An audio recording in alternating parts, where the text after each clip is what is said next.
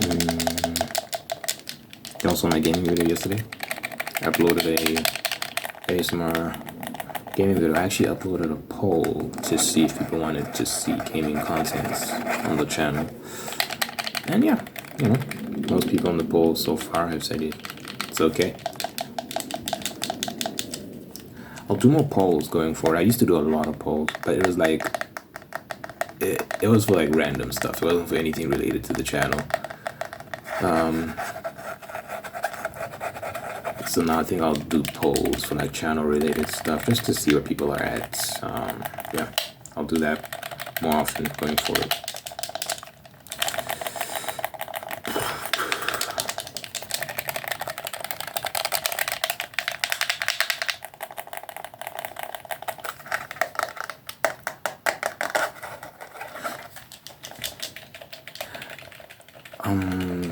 Yesterday I was looking at Florida. I was watching Florida videos.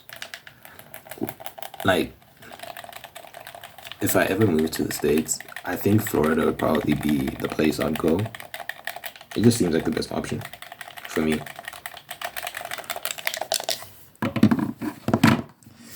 It just seems like the best option for me.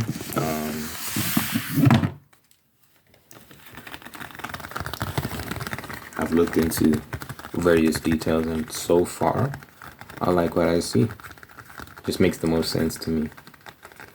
Either, like right now it's either Orlando or Tampa, one of those two. Also Florida's like I think they have like no income tax. Let me Google it. I remember seeing that somewhere. I'm sure there's conditions and stuff, but Florida, no income tax. No, Florida is one of 9 states that do not tax residents' income. The other states are Alaska, Nevada, South Dakota, Tennessee, Texas, and Wyoming. In addition, Washington and New Hampshire tax investment income. In addition, Washington and New Hampshire tax investment income, but not wage income. So yeah, Florida does not have income tax, state income tax at least. I'm sure there's federal income tax. The federal government probably takes money, but as a state, Florida does not. So either Florida or Texas, those are the two I've been eyeing. Maybe Tennessee, but I'm not so hot on Tennessee. It seems like Florida is the best, and then in Florida, specifically Tampa or Orlando. Orlando, you know, has the benefit of like some of the attractions. So, you know, that's where the Disney World is, and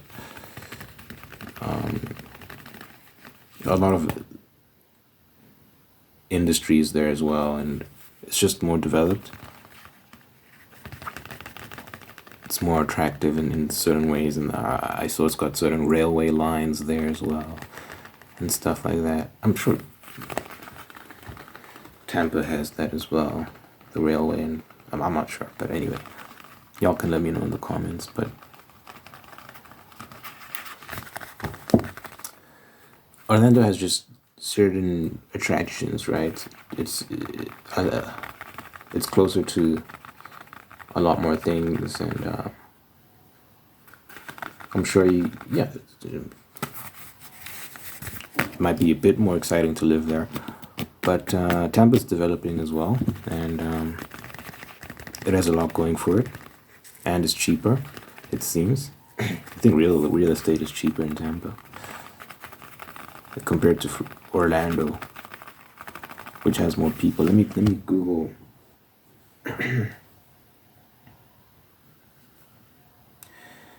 Orlando, Florida population.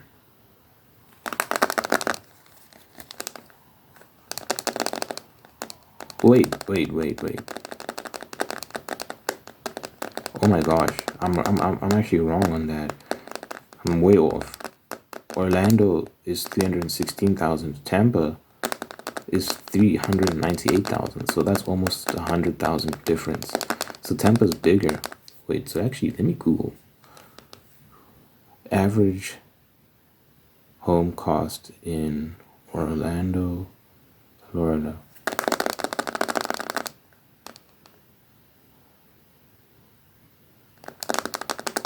So around 400,000. Around 400,000. Let me Google Tampa.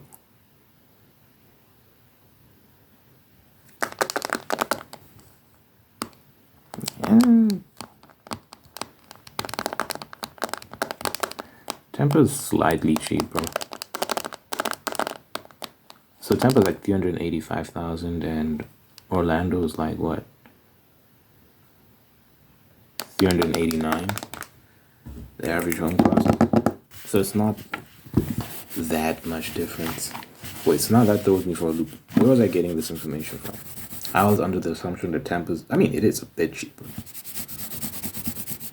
It's like marginally cheaper. I'm gonna have to brush up on my knowledge. I think it's a case of amenities at this point. Like, what amenities do you have access to? And stuff like that. I think... does Tampa have more beach access, or is that Orlando? Where's Orlando? I'm not sure. One of them has that going for it, I guess, closer to the beaches and stuff like that. I'm not a beach person, so I wouldn't care regardless. I think one is crazier. Oh, I think Orlando is... It's either Tampa or Orlando that has crazy traffic.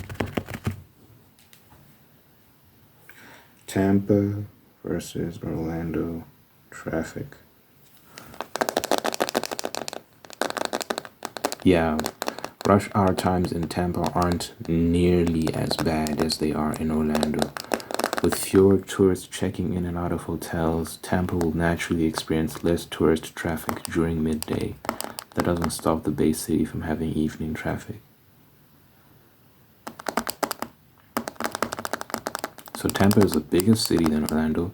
So I got that backwards. I thought Orlando was bigger, but Tampa is bigger and has more of a city feel with a better public transportation system and a more robust downtown area. It is also far less dependent on tourism and isn't clogged with tourists in the same way that Orlando often is. Okay. Yeah, it's looking like Tampa is gonna be my... If I was to go, I'd probably go to Tampa. It just sounds like me. It just sounds better for me. I'm not trying to see... I have no issue with tourists, actually. It's not that big of a deal, but, you know, when you think about the traffic and the this and the that, I don't know. I think because Orlando's like, it's got Disney World and maybe a few other things, I'm not sure, the few studios there. I think it attracts a lot of people. So it's very busy and the roads are very busy and stuff, whereas Tampa seems a bit more laid back. So yeah, and it's impressive that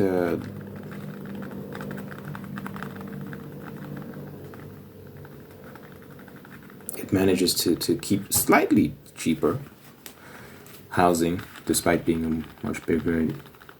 I would assume that because there's more people, there's more demand for housing, which would make the prices go up and stuff, but it doesn't seem to be the case in Tampa. At least that's my assumption of how that would work. But anyway, I think because Orlando has all these attractions, more people will be wanting to live in Orlando. It's more well known, I think, than Tampa globally. Orlando, I'm sure it is, because that's where Disney World is and all that sort of stuff. So I think more people would want to live in Orlando than Tampa, just because of the name. So that might drive up prices a little bit. But yeah, the price difference isn't that much. But yeah, both are around 400,000 for the average house.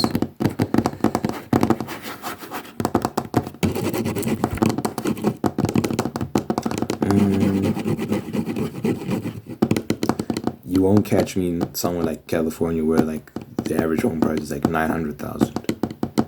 Forget about it. Forget about it.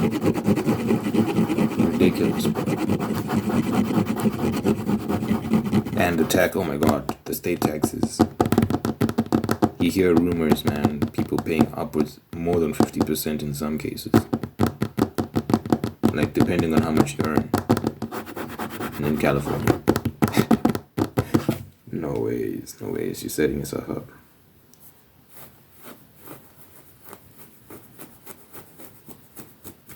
But yeah, I'm praying for America. I'm praying that it survives because things are not looking so hot. And a lot of people are convinced America is done. But I'm not one of those people. I have debates with my mom all the time about whether we're seeing the end of America or not. I think we're seeing a revolution. She thinks we're just seeing the death. And we have those debates quite a lot. People are noticing signs of an empire's collapse. You know, like we saw similar signs with Greece, with Rome. We saw similar signs with Argentina. People are just like, what's happening here? So a lot of people around the world are convinced that this is the end, but I'm praying that it's not. I'm praying that America has many centuries ahead of itself, and that its best years are still ahead of itself, and that this is just a major historical moment in which it undergoes a rebirth and rebranding, and things look up from here, you know? We'll see. There's nowhere else I would want to immigrate to just as a country. Like, I wouldn't move anywhere else. I'd rather stay here in South Africa if that's the case. Well, actually, so if America does end up collapsing, God forbid, but you know, it's not looking good, guys. $35 trillion in debts. What the hell? And a whole bunch of other issues that I won't get into. The debt is probably not even the biggest issue, which is insane because it's $35 trillion. It's such a ridiculous number. But anyway, if America doesn't pan out, there is another option. I don't think I'd stay here in South Africa just because I think I can thrive elsewhere. Or I'll thrive more elsewhere. The other option is becoming a global citizen in the sense that you can invest in multiple countries around the world. A lot of countries have citizenship by investment programs where you can invest money into their country and then they create a pathway to citizenship for you, and then you can have multiple passports and stuff like that. You can get permanent residency just by buying land in certain places and stuff like that, you know. There's all sorts of things you can do to secure residency in different parts of the world. And you can spend your time traveling, like sowing your seeds in different nations, and you're never tied to one place. You get to enjoy different parts of the world for what they have to offer, respectively. You can do your banking in one country, for example. Some countries will say, hey, you can open up a bank account here. You never have to live here. You never even have to set foot in this place once. You can just open up a bank account through a third party or whatever the case may be and do your banking here, and we'll manage your money and we'll give you certain benefits. And if you ever choose to come here, hey, we'll happily accept you. But we offer that service, so then you can be like, I want to do banking in this country, and then I want to own property in this country because property in this country is very cheap and they're very business friendly when it comes to real estate.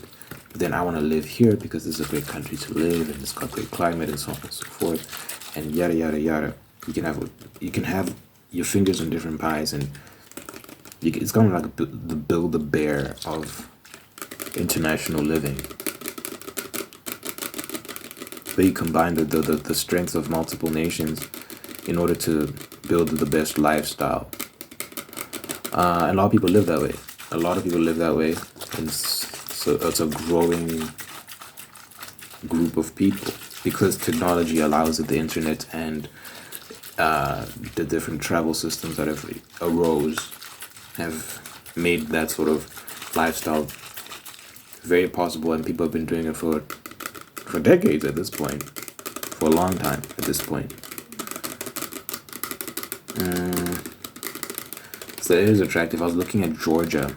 I watched a video yesterday about Georgia, specifically Tbilisi, which is a city in Georgia. Got hand sanitizer in my hand. Let me spray it down. Tbilisi is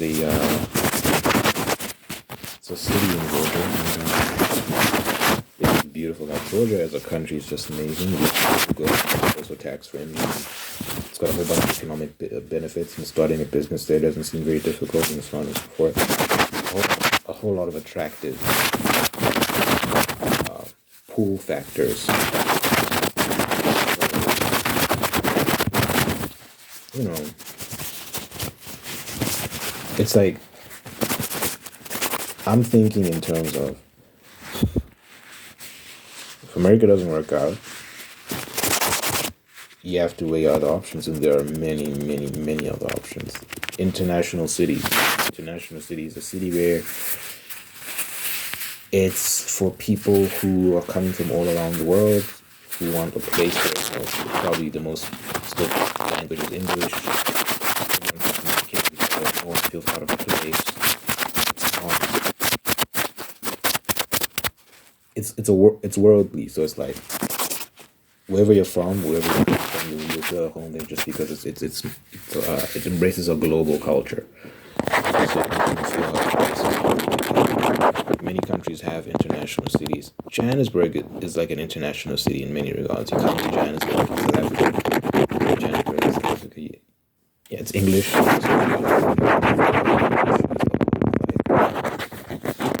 Understanding people or anything like that, and even when you send your kids to school, or the various amenities available, so on and so forth,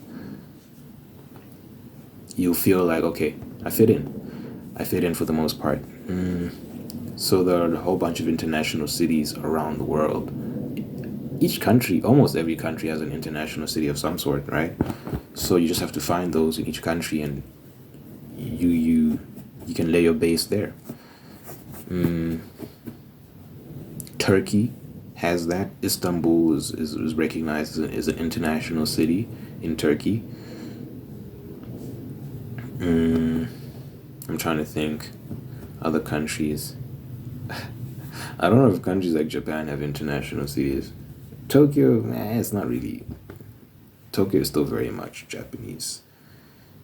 Like I don't think there's any part of Japan you can go to where, like, if you don't know English, you'll be good. I mean, look, there are people in Japan who don't know a word of Japanese, who live there, but it's difficult because a lot of the signage, a lot of the street signage is still in the Japanese characters, the katakana, whatnot.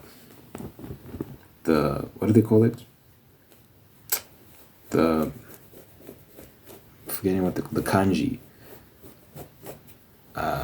Whatever. So I don't know if Japan really has internet. If Tokyo counts as an international city, really, I don't think so. But anyway, the basic concept is there are many places around the world you can go to where you can find a community of travelers and people who are just, who left their countries looking for better options. Bogota in Colombia is another example of that. So, El Salvador is going to become that for a lot of people. The country El Salvador, it's embracing a lot of foreign investment. It's creating foreign investment programs. For example, if you pay us $1 million, you can get a passport. You can move your entire family here. You can do this. You can do that. Yada, yada, yada. And they're doing that to attract people from all over the world.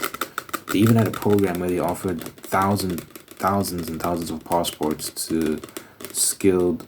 Was it thousands and thousands, or was it 1,000? I can't remember. There's a lot of passports to I think it was like 5,000 passports, if I'm not mistaken. Anyway, they're offering passports, they're offering citizenship and passports to skilled professionals in art, in engineering, in this and that, a whole bunch of areas, because they want to attract skilled professionals to the country. They say, come here and work here, and we'll give you citizenship. Literally, that's what they're doing right now. I don't know if the program's closed. I don't know if they reached their quota, but they did put that out there. So a lot of places are opening up to the world, embracing this global culture that's developing. The world is becoming smaller because of all the different tools that allow us to communicate with each other across the world. We're not as separated as we used to be.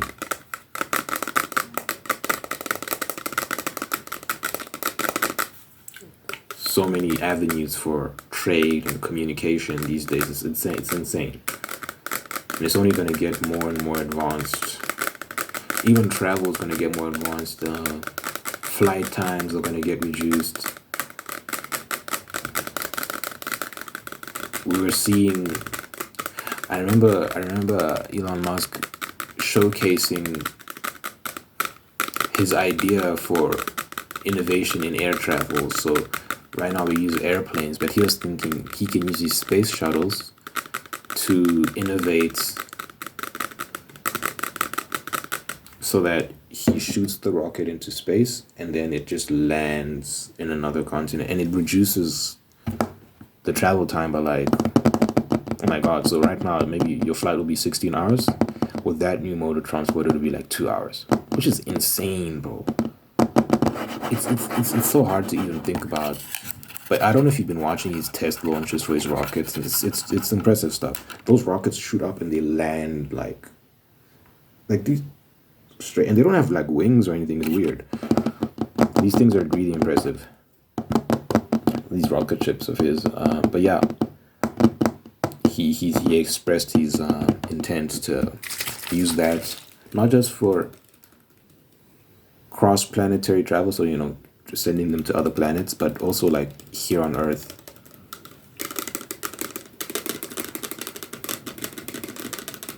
Using those rockets to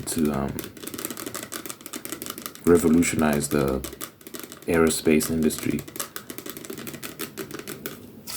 air travel industry. And I'll trust those vehicles far more than I trust the Boeing ones, because the Boeing ones these days, you see all this news of them falling apart mid-flight. Crazy, bro. People getting knocked around because of turbulence and whatnot, because these planes always have issues. I told the story about how someone got trapped in the overhead baggage area, like that place above your head. Someone told me what it's called and I forgot again, but anyway, that place above your head where you put baggage in like your hand luggage in a plane. There was an incident where there was turbulence and a grown man got thrown inside there, and just like his legs were sticking out and they had to pull him out. Crazy, bro. Boeing is trash. Anyway, so I say all that to say,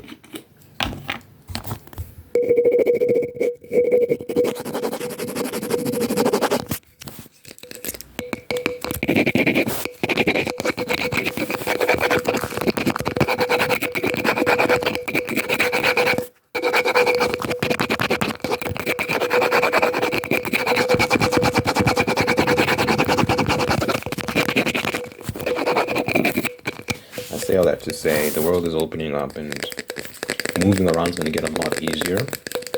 So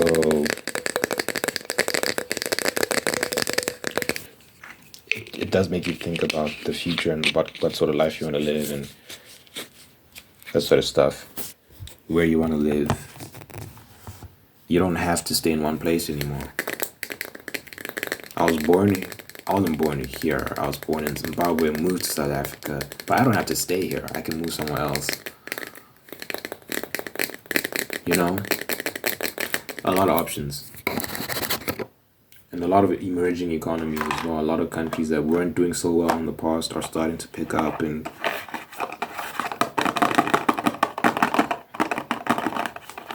a lot of countries have cities that do well as well. That's another thing people should keep in mind. Like, the country as a whole might not be so hot, but sometimes you'll see some countries that have, Colombia, for example, as a country, Colombia, the parts of Colombia you don't want to live in, of course, but Bogota in Colombia is a very good place to be.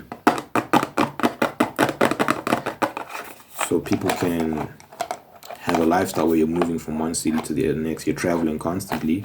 You spend part of a year in, let's say, Bogota. You spend part of a year in Tbilisi in Georgia, which is like, Georgia's like in between West Asia and East Europe. So it's like has its feet in both. So it's a very interesting place. So yeah, you can spend your time in Tbilisi in Georgia. You can spend your time in Turkey, in Istanbul. You can spend your time in Bogota in Colombia. You can move around.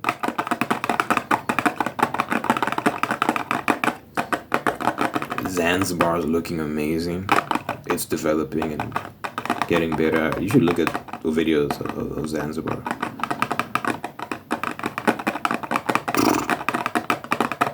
It's looking sick. A lot of emerging economies, guys. So the world is expanding. So if America doesn't work out, there are options. There are other options. But I like America. I want it to work out. I want it to flourish.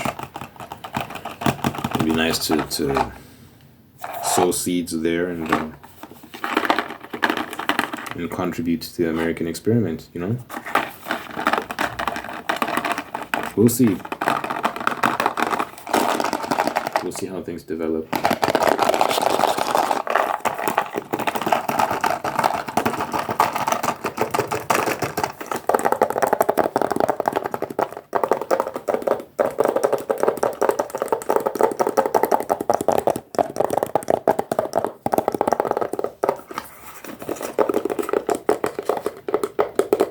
Let me know what you think in the comments. Let me know where you would want to live, if you could live anywhere.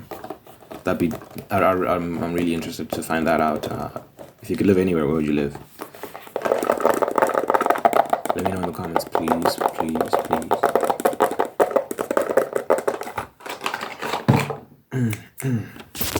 Are you praying God?